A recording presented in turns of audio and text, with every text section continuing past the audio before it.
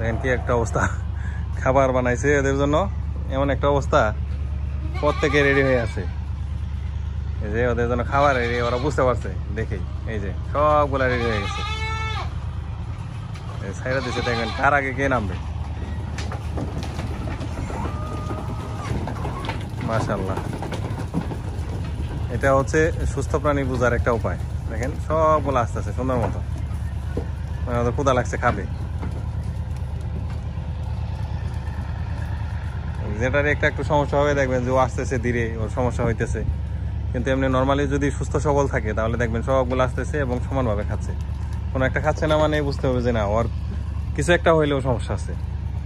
But দেখেন সবগুলো মাশাআল্লাহ আসছে এবং যার যার পজিশন নিচ্ছে, কে কোথায় খাবে,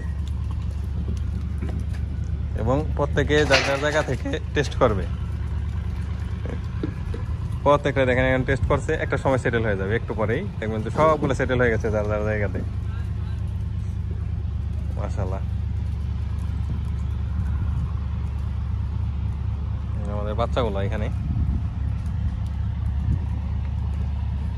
আসলে আমি তো নর্মালি ভিডিও করি উপর থেকে, দেখতে ওদেরকে অনেক ছোট দেখা যায়, এজন্য।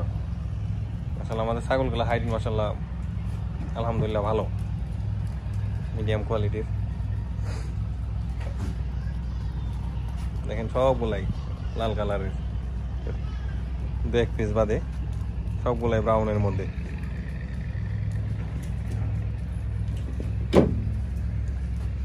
আমাদের রোমিওর এখানে আসলে খেতে একটু সমস্যাই হয়, ওর জন্য আসলে ডাইনিং টেবিল বানানো দরকার। ও হাঁটু ভাঙা ছাড়া খেতে পারে না,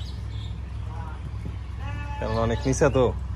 ছাগল নর্মালি উপরে খায়, তার মধ্যে ওর হাইট অনুযায়ী এটা আসলে অনেকই নিচা।